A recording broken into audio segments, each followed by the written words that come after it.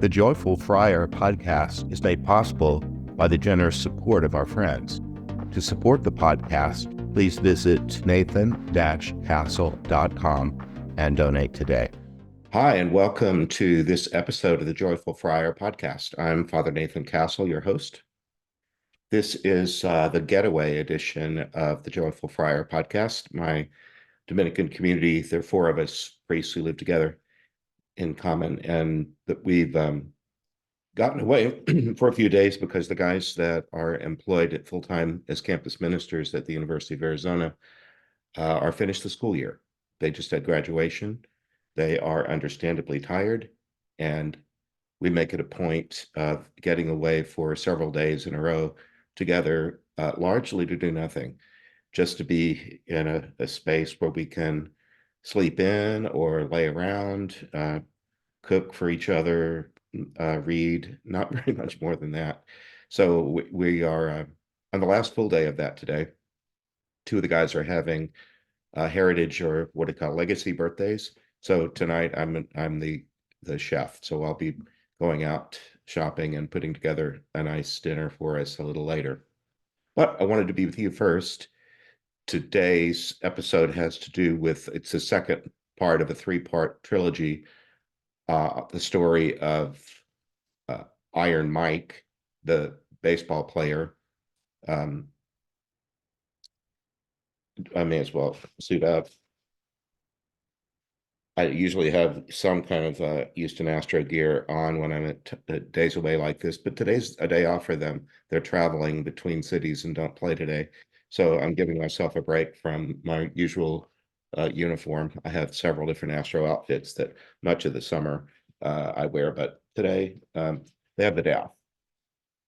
But we're going to be talking baseball, or at least how this particular young man, Iron Mike, dealt with or didn't deal with for a long time the trauma that came into his life. To catch up to his story, you'd have to go back to the previous podcast or his story in book 3, Afterlife Interrupted, Please Let Me Explain. In that previous podcast, I explained his story, or outlined it, that he was in the minor leagues somewhere in the 1930s. He came up to bat at a home game in the bottom of the 9th inning and hit a 3-run home run to win the game. Yay. There was celebration, joy in Mudville. And but before he could get all the way across home plate, there was some strange thing going on in the grandstands in the outfield where he had hit the home run. Well, it turned out that the ball that he hit left the park and hit a baby. The baby was stunned, stopped breathing. There was panic, and trying to see to the child's safety. The baby died. So his heart, Iron Mike's heart, broke on the spot. He was 24 years old. He told us that he had really no other life outside of baseball. Every friend that he had was a baseball player. All of his future hopes were bound up in his baseball career. He said there were a lot of long bus rides between towns, and that really precluded much else that might have been in his life. He was all in on baseball. Well, what he ended up doing after that awful day is giving it up. He just decided that he was now a baby killer. Baseball was now gone from his life, and with it went every friend he had. He told us that after leaving baseball, he wanted to crawl in a hole and die. And he said, I lived in Western Pennsylvania where there were plenty of holes in the ground. There was a lot of underground coal mining, and he became a miner mostly so he could crawl in a hole and die. He said that workplace safety was poor in those days, and there were a lot of mine collapses or explosions within a mine. If it didn't collapse on you or blow up, you would inhale coal dust and die at 50 of black lung. So he chose this way of being. And he said he lived in a boarding house where he had a room. And when he came home from work, he mostly disappeared into his room and into the bottle, he said. So he drank himself to sleep and then repeated the process the following day. It wasn't that people didn't try to help, because they did. They tried to persuade him that it wasn't his fault. It was an accident. It could have happened to anybody. That he should ease up on himself. He just wouldn't hear it, wouldn't or couldn't. And then he told us that even after he died, people that engaged him in the afterlife realms sounded very much like the ones that had been trying to coax him to ease up on himself and forgive himself or whatever. And he just wouldn't hear it there either. So here and hereafter, he was determined that he had become a child killer and there was not to be anything good in his life. So what are you going to do with that? Well, this segment is called Compassionate Response. Next time, we'll deal with spiritual practices that might come into play in a case like this one. This one is pretty extraordinary. I don't know that there are many others like it, but what I mean really is that lots of us have some trauma that enters into our life that changes everything on the spot, and that can make it feel like life has just come to an end, although I didn't die. So maybe that's been something that's happened to you or something that's happened in the life of someone you love. We're dealing with brokenheartedness and some life-altering event that just seems like the end of everything. So today I'm wondering, am I responding to you, or am I responding uh, to somebody you know? Have you been through a circumstance that broke your heart, that made you just want to curl up and die? And or is there someone in your life who might be in a circumstance kind of like that? So I'm trying to respond somehow compassionately. You know, I love words, and compassion means to suffer with, alongside of, to be companion uh, in suffering. Uh, One thing I think I'm going to try to presume that you, the listener or viewer, are in a circumstance like this. Maybe we can think together about how does one deal with really crushing events like this. One thing that I've benefited by counseling a couple of times in my life and have been a pastoral counselor for most of my career. So I'm a skilled listener, and when a person comes to me who is in emotional pain, they're suffering, I want I want to be more than someone with whom they commiserate. Commiserate, com mean with, and to be in misery. Sometimes misery loves company. Misery doesn't want to change, it just wants company. Sometimes misery has given up hope that there could be change, and so all they can imagine is at least I wish I weren't so lonely in my misery. I wish someone would come here and be with me in my misery. That's commiseration. Sometimes when people seek out counseling, as they have with me in my career, they might not be able to put their finger on it, but that's kind of what they bring in the door. They don't so much want counseling. They don't necessarily want um, to be presented with alternative ways of thinking or acting, of framing an issue. Sometimes they want nothing more than for you to hear their story of heartbreak and to feel bad with them. There's a place for that, but in my world, this place is relatively small and brief. I'll try to be compassionate, that is, to suffer with, by listening to someone's story that has them so miserable, But if they want to leave my office the way they came in, I won't let that happen too many times. And I'll tell them that. I'll say, especially, for example, if the second or the third counseling appointment sounds like the first one, I'll say, you know what?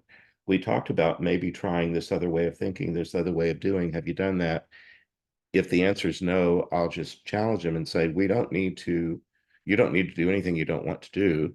But if you and I are to be in a counseling relationship where you want to try to change something, I'll help. If you really have arrived at the fact that you don't really want change or think change is possible, then I'm just not the man for the job.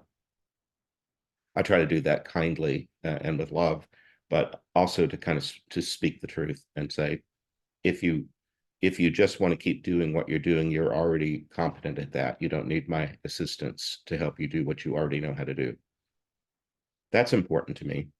I hope that doesn't sound cold to you. To me, it's just truth telling. And I found early in my life, I was ordained at 29 years old and now 68.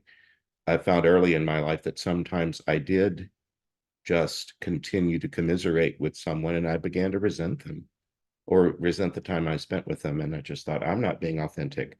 Uh, I want to help, but if I'm not allowed to help, well, then I really ought to just excuse myself and say, I'm sorry, I'm just not what you're looking for. Anyway, with that said, if a person is willing to go into the details of what happened to them, like Iron Mike, I came up to bat and I swung and hit the ball really hard. It went over the fence and there was joy because I hit a home run, but the ball hit a baby and killed it. Well, that's just the facts. But he didn't stick with just the facts, at least not in the way that I understand his story. He almost immediately had an understandable, very strong emotional response to what had just happened and created a story about what had just happened. He didn't say just with the bare facts that I swung a bat, hit a ball, it went over the fence, and as it did, it struck a child who died. That's heartbreaking for a lot of people, but those are the bare facts. He almost immediately went towards, and because of that, I'm a baby killer. And because I'm a baby killer, I don't deserve joy. I don't deserve teammates, camaraderie. I don't deserve to have aspirations to a career in higher levels of baseball. I don't deserve anything at all. I should crawl in a hole and die. All of that happened for him in a matter of seconds. But was it true? Part of my training is in confessional ministry as a Catholic priest, and sometimes the person going to confession is called the penitent. The penitent will sometimes come into confession and judge themselves more harshly than just about anybody else who loved them would, and decide, like Iron Mike, that I'm a bad person. This is what I did. It's all my fault. As a confessor, I've been trained to listen politely and listen with my mind and heart, and then challenge anything that I believe is not the truth. The truth will set you free. And if you're saying something untrue, even if it sounds praiseworthy, sometimes people will feel like they need to accuse themselves and they just won't hear anything else. I'm trained to try to ferret out the truth and to reflect it back to a person and say, isn't it true that really all you did was what everybody else did that day who came to the plate, swung a bat to try to hit a ball? You just did it very well, and it had a horrible outcome in the death of this child. You just swung a bat and hit a ball. Well, I would just say look for reactivity, especially if you're suffering from some trauma that has some connection to this story somehow. Could you check your work? It You might have almost reflexively formed an opinion about an event, the facts of an event, that's really unsupported, that really isn't fully true. That can be difficult to do because sometimes when we have a strongly felt emotion that leads to a strongly felt opinion, our egos can get so involved in it that our emotion and our opinion, our idea about the event now becomes this ironclad truth of the universe for all eternity. Wow. That can make a person pretty immovable. And that certainly was the case with Iron Mike. That harsh judgment that he placed upon himself, not really based in facts, um, had a cascading series of events in his life that made for a long, miserable life. I'm grateful that I got to be a part of his story because it does have a happy ending, but it took an awful long time to get there.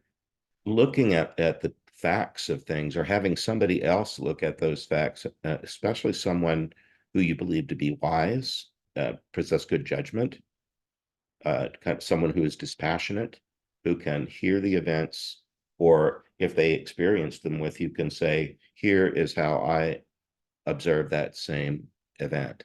Can you get a second opinion? Can you go to someone outside of yourself and respect them enough to allow them to possibly help you change your mind? That can be important. You're not obligated to stick to your first reaction about a thing. Just because you had an emotional reaction and response and idea about a thing doesn't mean that you have to necessarily stick with that forever. There might just be a moment of passion that passes, and upon more calm reflection, you allow in an idea that can more conform to the truth and maybe end up helping you be more peaceful or happier. Sometimes that voice inside our heads that says something like, I'm a baby killer now and I don't deserve anything good. Oftentimes that voice is kind of a slave driver ego. Have you experienced that? Is there ever a voice in your head that demands of you unreasonable things or blames you for what's not your fault? Um, Maybe creates little stories in your head about what other people would think or do or what they're really saying or really thinking and whatnot. There can be a lot of egoistic clutter in our heads. And when it goes in a dark direction of that kind of blame, call it out. In the Catholic tradition, uh, we might think of that as a dark voice, a dark spirit trying to influence us in a way that moves us away from truth and peace. Just don't necessarily swallow everything whole that you hear in your head because some of it isn't worthy of you. But sometimes it can be tempting uh, if someone tries to invite you out of that kind of dark frame of reference. Have you ever heard this or said it yourself? That's my story and I'm sticking to it. Well, I guess it depends on what the story is as to whether it should be stuck to. But the story in Running in Iron Mike's Head did not deserve to be stuck with because it was just not true. It was a wildly exaggerated way of looking at the events that occurred, and it made him miserable. I hope you won't stay miserable. Now, another way that this can operate is when you start trying to offer a person who might be in a circumstance like Iron Mike was, and you try to offer them some alternative ways of thinking or being acting. Sometimes you'll hear, that's just the way I am. it's not good for us to try to change each other on a regular daily basis, but once in a while with people we love, there might be an occasion where it's important to call one another out and say, you've gone in a dark direction, or this is not really you. You're so unhappy, or whatever. Sometimes we'll try to call each other out, and then sometimes our ego will just rise up like a dragon and say, "That's just the way I am." And sometimes there'll be foul language involved. Uh, that's just the way I am. Well, again, a lot of my background is having done pastoral counseling for a long time, or be on the receiving end of it. When I hear that, it's generally a defensive response, and people are feeling that you're touching a nerve, or you're some soft spot. Something needs to be defended, and so that's just the way I am pops out. Well, one of the ways that I go back to that is I use language. I wish I spoke several foreign languages. I don't even have one. I just took 5 introductory Spanish classes, and so I never really advanced in it.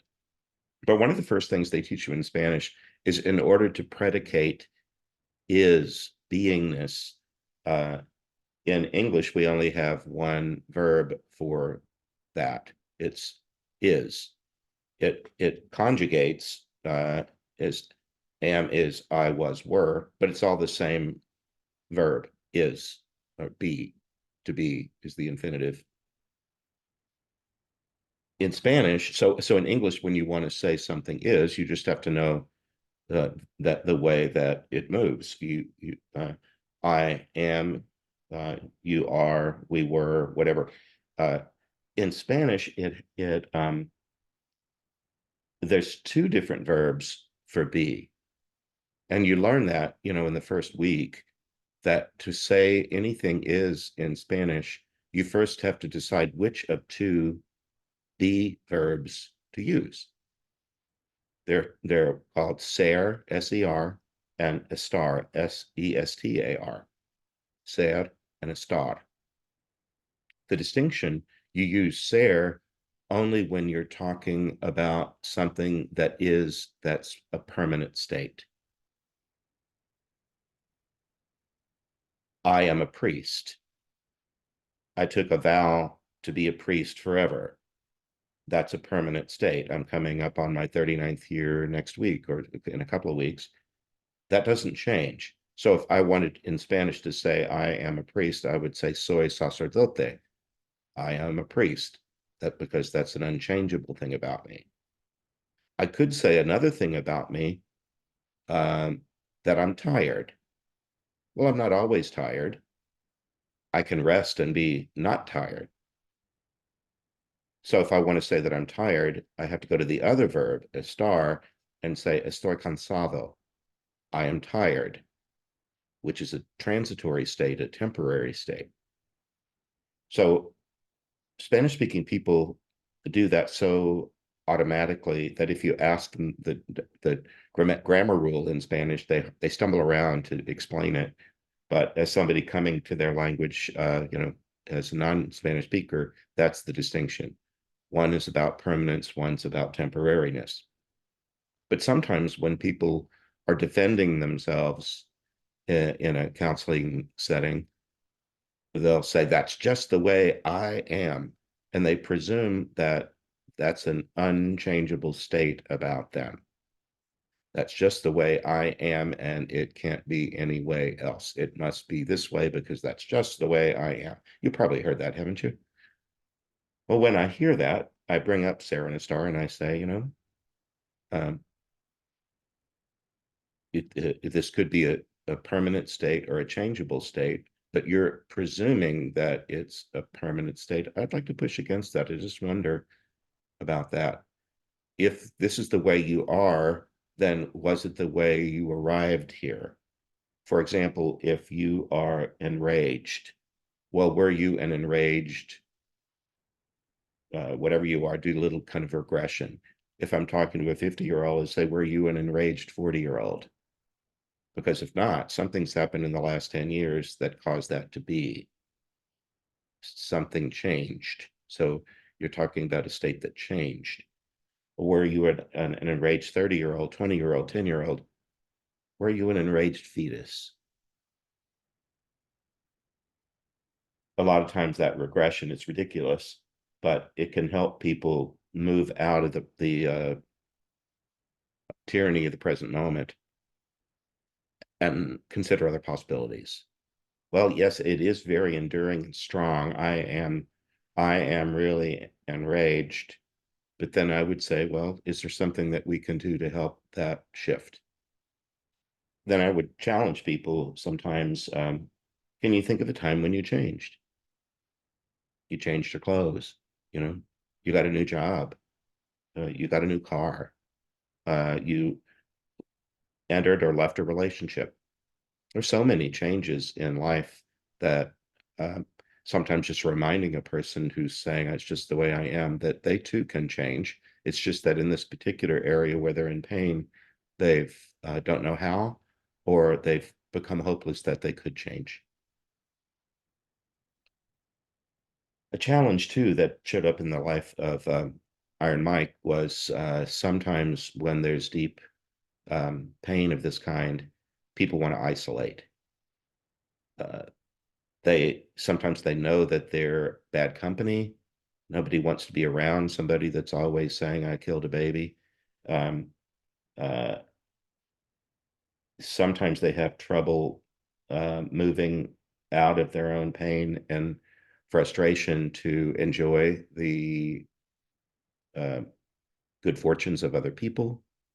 Uh, Sometimes just laughing and having fun becomes more than they can handle. And they really would rather crawl in a hole, stay there all day, than come back, in the evening to some isolated way of life.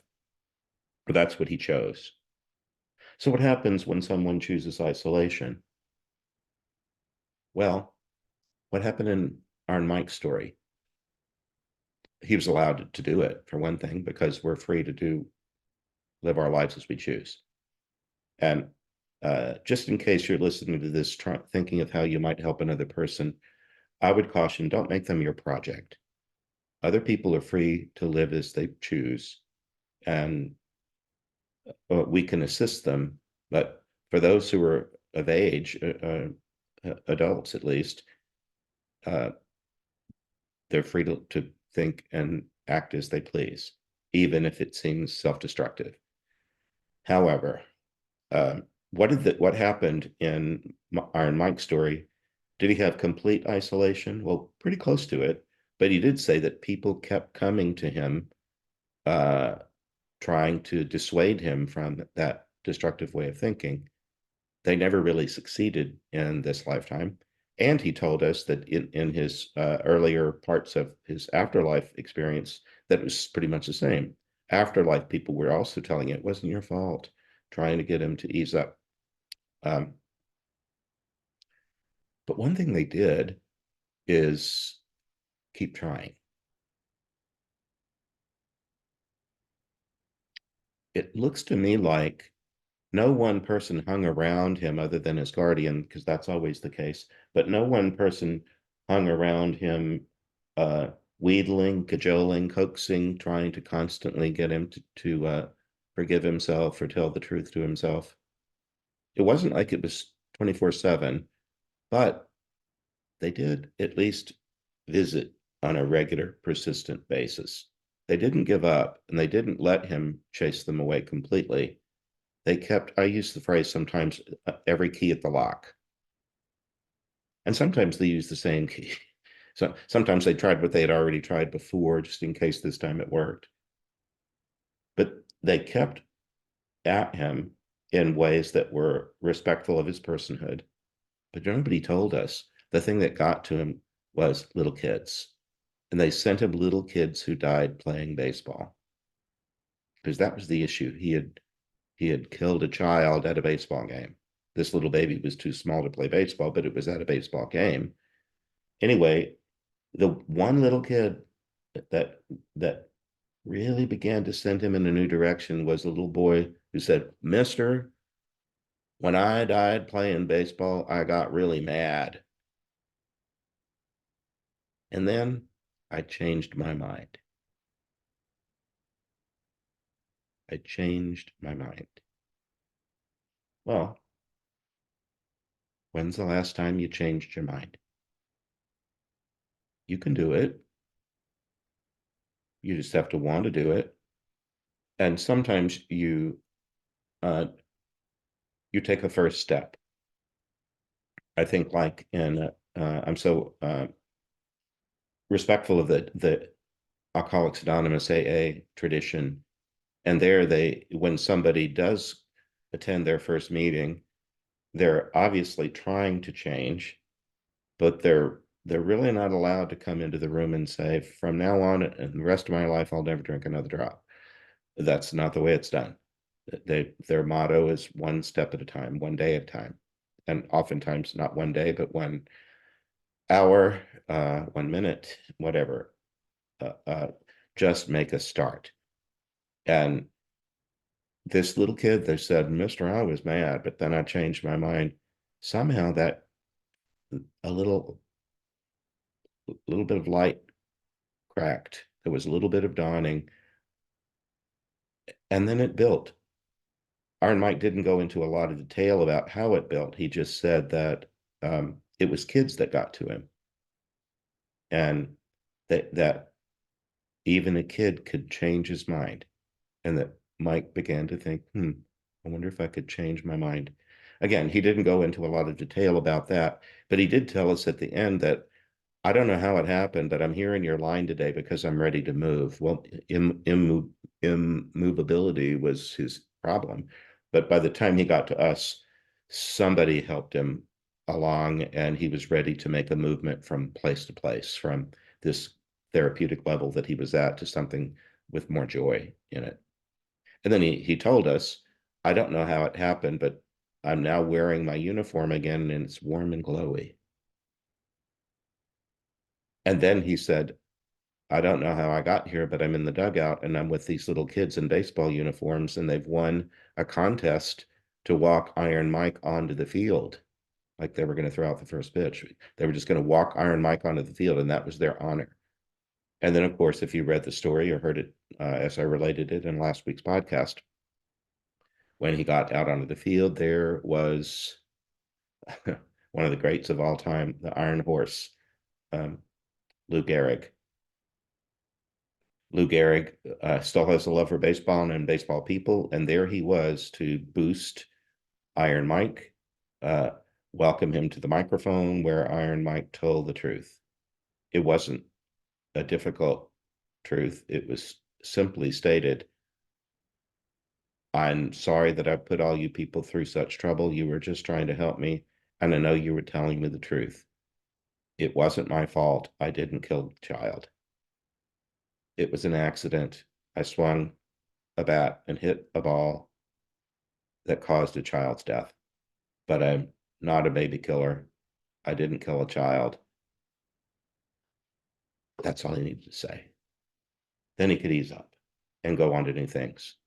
And then, of course, in the story, all the people in the stands, it turns out, were not just regular baseball fans. They were people who, on Earth or afterwards, had been trying to help him, but whose help that he had resisted. So, I think that's about enough for today for this episode of a compassionate response to the story of Iron Mike.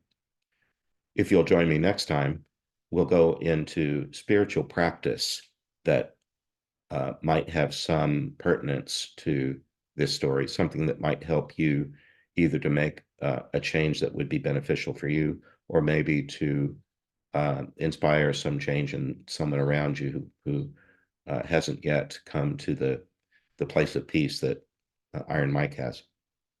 So anyway, thank you for joining me today. I'm always ready to try to help if I can. If you'd like to be in touch with me, just contact me through my website. You could email me at info@nathan-castle.com, and I'll try to reply to you. But remember, I'm always praying for you. And today, while I'm on this little mini retreat thing, even more so. So that's it for this episode of the Joyful Friar podcast. God bless you and have a great day. Bye-bye. I hope you enjoyed this episode of the Joyful Friar. Please like, follow, and subscribe. You can visit me at nathan-castle.com. Send me a message by clicking the contact button. God bless.